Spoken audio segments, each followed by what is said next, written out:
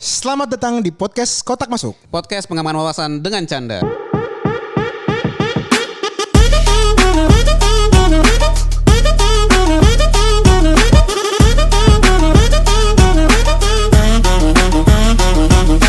Hola.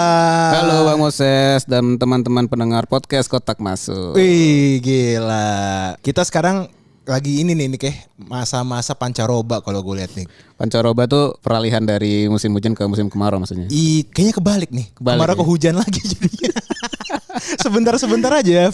Kayak ya kalau lo lihat akhir-akhir ini kan viral, ada yang kecelakaan, ada yang apa, ada yang kekayaan, ganti lagi.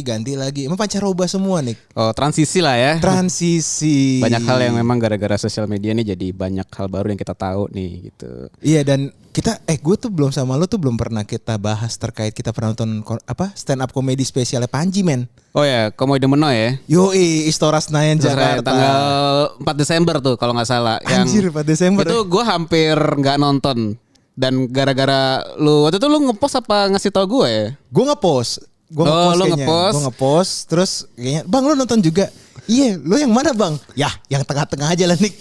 Jangan yang niat-niat banget gitu maksud gue. Ya akhirnya gue gara-gara lu ngepost itu gue jadi ikutan beli gitu. Dan itu kita belinya bahkan dari bulan Agustus sih. Betul. Gue inget di bulan Agustus 2022. Untuk bulan Desember. Dan itu juga special show-nya Panji yang terakhir ya. Sebelum dia akhirnya pindah ke US untuk lebih fokus di sana tuh karirnya tuh. Dan yang gokilnya tuh kalau gak salah tuh 2,5 jam kita nonton.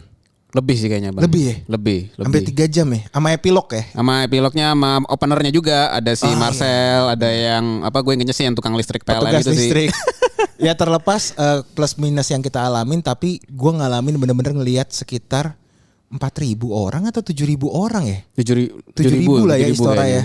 Itu nonton spesial show-nya Panji Pragiwaksono. Ngeri.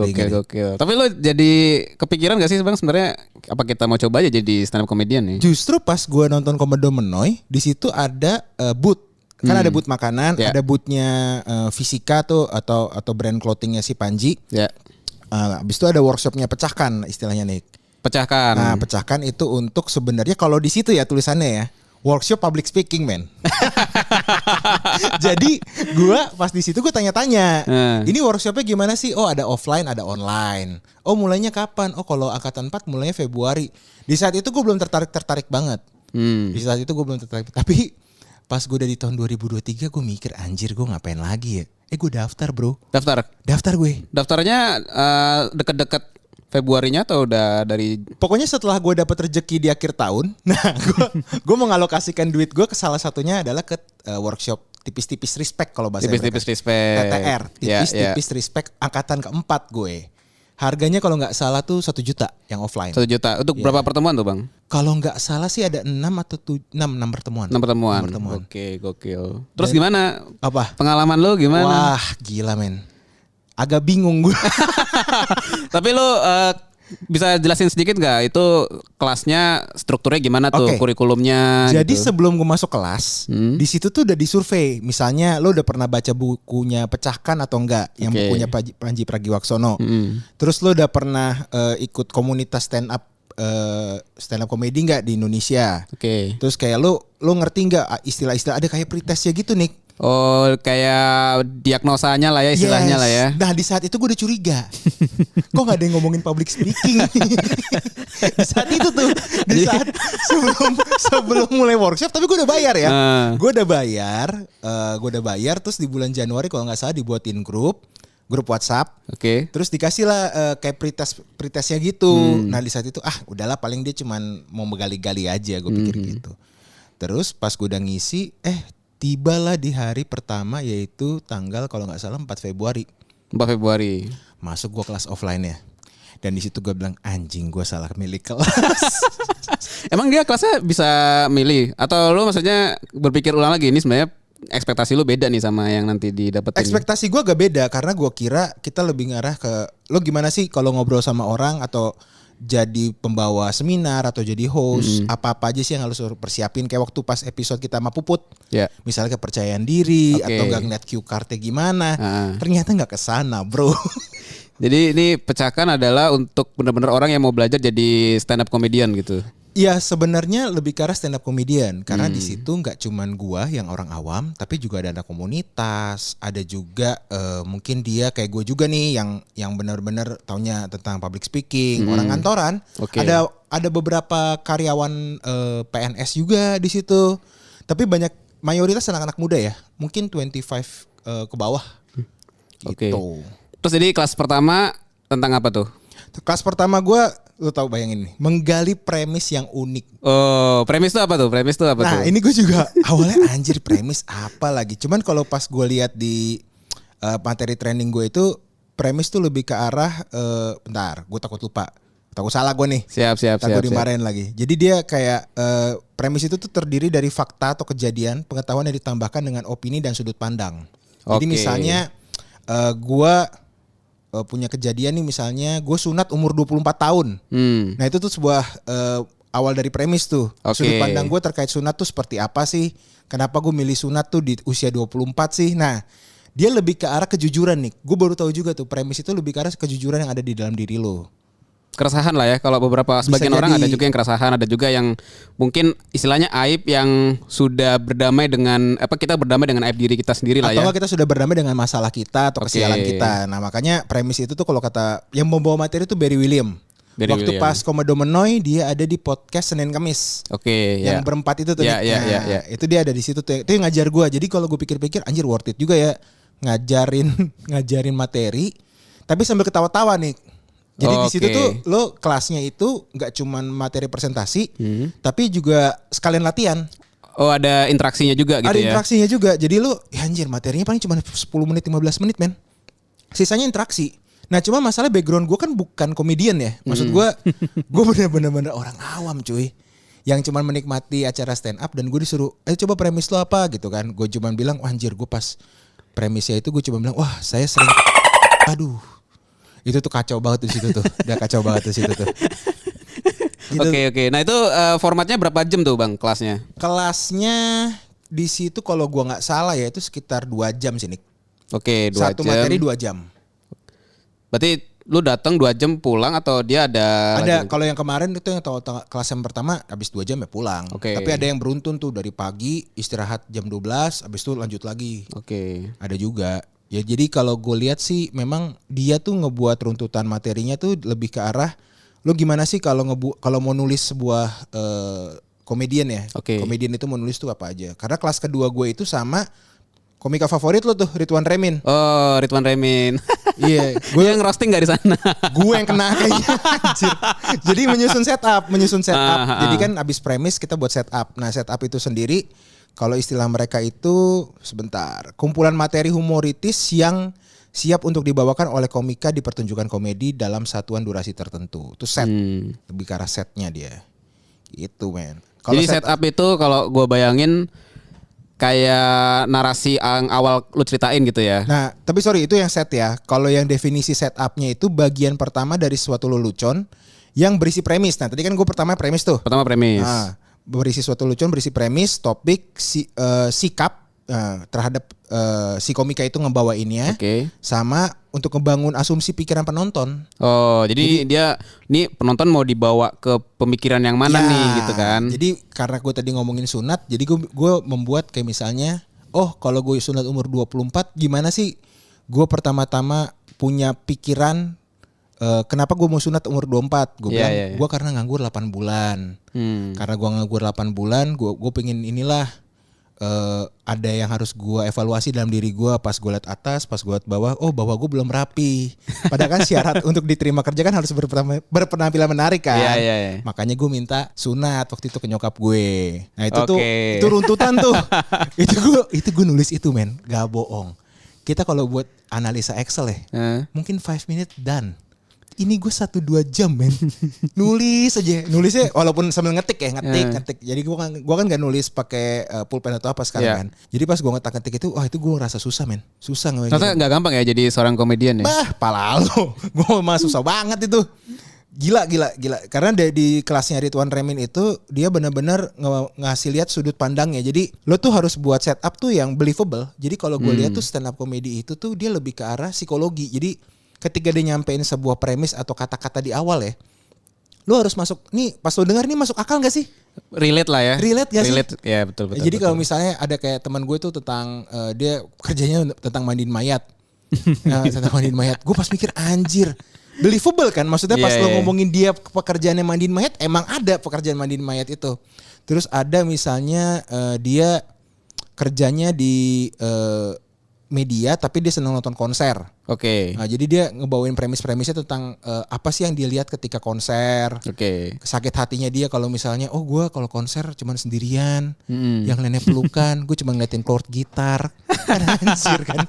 Nah itu tuh yang ngebuat gue kayak, gila ya, ada ya kesenian yang kayak Panji bilang ke kita kan, bahwa kesenian stand up comedy itu nggak gampang sebenarnya. Tapi memang menurut gue sih paling gampang tuh berangkat dari observasi kita sih. Kan biasanya kan ada stand up comedian yang dia genrenya tuh ada yang roasting, ada yang observasi gitu kan. Jadi ya memang nggak gampang, tapi kalau udah terbiasa itu biasanya udah tahu tuh cara nge-set up-nya. Mulainya dari setup tadi kan suatu hal yang relate kan sama yang diri kita gitu kan. Kayak tadi misalnya sunat. Biasanya orang kalau sunat tuh di umur 5 tahun gitu. Tapi lu tahu gak sih? Tapi gue umur 24. Tapi kalau dibilang, Ses lo bener gak sih 24? Bener. Maksud gue nyari keresahan gue atau yang gue gak pernah ungkapin, ya gue ungkapin di stand up comedy. Oke. Gitu. Dan kalau tadi kita bilang ya, jokesnya itu tuh kalau gue dapat di kelasnya Ridwan Remin itu setup plus punchline. Punchline, apa tuh punchline? Tadi tuh kayak kalau setup tadi kan gue bilang kayak sudut pandang ya. Jadi ibaratnya kayak kita ngebawa penonton tuh menggiring asumsinya kita kan. Nah punchline itu pematahan asumsinya nih. Jadi pematahan asumsinya tadi gue bilang misalnya gue ketika masuk rumah sakit pas ditanya sama dokternya, Mas mau sunat model apa? Torpedo, kuncir kuda, atau bunga mawar. Itu kan kayak pematahan ya kan. Biasanya kan kalau ke dokter bedah ya biasa-biasa aja. Tapi ketika lo ke dokter sunat, dokter rumah sakit yang untuk sunat dia nawarin kayak gitu kan, anjir aneh banget. Bentuk torpedo tuh kayak gimana ya? Bentuk mawar gimana ya? Jadi dipatahin gitu loh.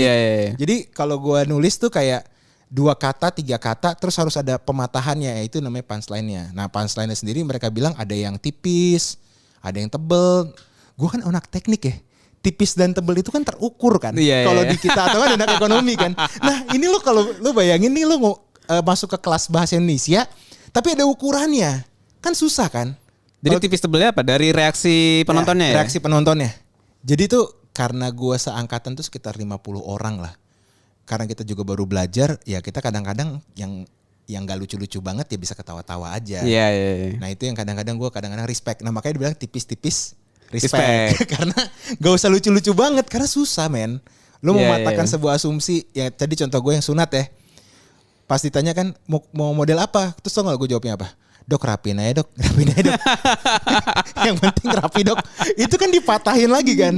Nah jadi gue kayak ngebuat sebuah cerita yang berbeda. Yang berbeda dengan kalau kita ngobrol di podcast atau yang apa ya gitu ya. Gitu. Terus jadi itu ada ujiannya gak tuh bang setelah beberapa kelas? Ada PR-nya anjir. PR-nya gimana? Ada PR-nya. PR tertulis atau bikin video? Tertulis. Yang video ada di kelas keberapa ya? Kalau nggak salah yang act out. Jadi kan abis gue kelasnya Ridwan Remin, gue masuk ke kelasnya si Rin Hermana kalau lo tahu. Rin Hermana itu komedian, dia jago banget di act out tuh kayak actingnya nih. Jadi kayak lo pernah ngelihat Marcel nggak waktu pas Komodo Menoy tahu, yang dia dihujat sama penonton terus dia tiduran, ya kan, bang bukan saya bang. Nah kayak gitu tuh, itu act out tuh ngebuat jokes lo itu lebih lucu lagi. Nah masalahnya ini kan gua act outnya mau gimana, muka gua aja udah kayak begini anjir. Nah di situ tuh act outnya gue inget banget PR-nya itu suruh buat video nih. Oh jadi lo ngerekam video lo sendiri ya? Ngerekam video gue sendiri. Dan lo tahu gue buat apa? Gue buat yang ibu-ibu diguyur tau gak lo mandi? Oh yang jam 12 malam. Yang di TikTok kan viral tuh. Mandi lumpur. Mandi lumpur kan gue gak punya lumpur di rumah. Terus gue ngeliat ada nenek-nenek kan yang dimandiin jam 12, jam 1. Akhirnya gue buat video yang dimana gue pas gue lihat gue rekam jamnya jam 11:30 kalau gak salah tuh. Terus gue guyur-guyur badan gue sendiri aja. biar ada act outnya aja kecil-kecilan. Ya tapi gue nggak lolos banget lah yang di bagian act out itu. Tapi itu dia memang nggak nyambung sama tadi cerita lu sunat ya. Maksudnya gue pikir lu tadinya gue mau nyambungin memperagakan cara lu di sunat. Itu gue agak ngeri. Itu gue agak ngeri masalahnya. Karena ada beat gue yang terkait komika.id juga. Kan kita kan pernah bawa Bang Upil ya di podcast Kotak Masuk. Terus kita ngomongin tentang bisnis dari komika.id kan. Betul. Terus gue bilang sama Bang Upil, Bang, abang tuh harusnya ngebuat biar tambah lagi followernya di komika.id, buat deh Panji Pragiwaksono 0044. Kan dia terkenal tuh 0044-nya. Tapi jangan dia ngebacot. Ngapain Ses? Mandi-mandi. Terus kita kasih sumbangan ke Panji buat di New York. Atau enggak udah buat aja kayak Rin Hermana atau enggak kayak Ridwan Remin pakai baju seksi di komika.id, siapa tahu nambah bisnis model. Ya tipis-tipis gitu aja gue buat. Nah, itu kadang-kadang yang di act out itu butuh latihan sih, Nick. Ada temen gue lucu banget yang konser itu, men. Dia joget-joget tau nggak lagunya DJ Trompet yang teret gitu kan? Dia joget-joget doang si kampret itu, men. Tapi lucu, jogetnya norak banget. Tapi waktu act out itu lu lagi stand up atau lu di videoin terus ya lu bertingkah aja gitu? Kalau yang di kelasnya act out itu gua satu-satu nggak semua sih. Jadi yang mau tampil mengeluarkan olah tubuhnya. Nah, olah tubuhnya aja yang dia buat. Gitu sambil bawain beatnya dia atau setupnya dia. Gitu. Oke, nah habis tadi act out apa lagi, Bang, ininya materinya? Gue masuk ke kelasnya David Nurbianto. Kalau lo tahu David Nurbianto, yang orang Betawi itu ya. Ya, dia bilang memeras punchline sampai kering, men. Jadi dia itu punya satu ilmu yang gue juga ingat sampai sekarang. Kalau bisa dia buat 10 detik ketawa. Jadi ketika lo bawain materi yang tadi gue bilang, nama gue Moses Panjaitan, gue sunat umur 24. Di situ aja orang udah menggelitik kan. Jadi harus 10 detik, men. Jadi lu wajar kan ketika gue habis kayak kemarin kita rekaman podcast masuk, gue nyaut terus kan. Gara-gara habis dari kelasnya dia tuh gue inget banget. Jadi ketika lo bawain sebuah materi, usahain 10 detik pertama udah ketawa.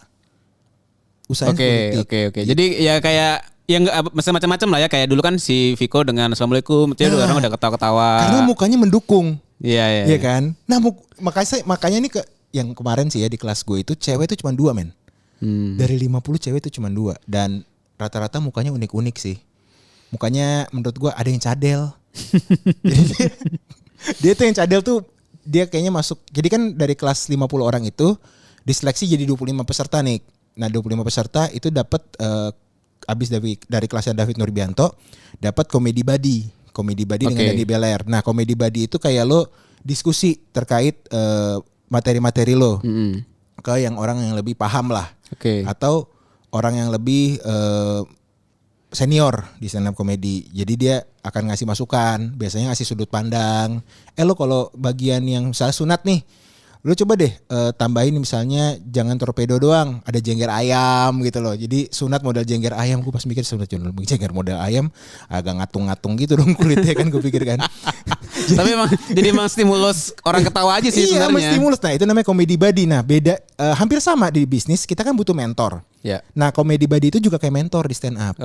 Jadi gue nggak kepilih tuh dari 50. Di kedua 5 gue gak kepilih.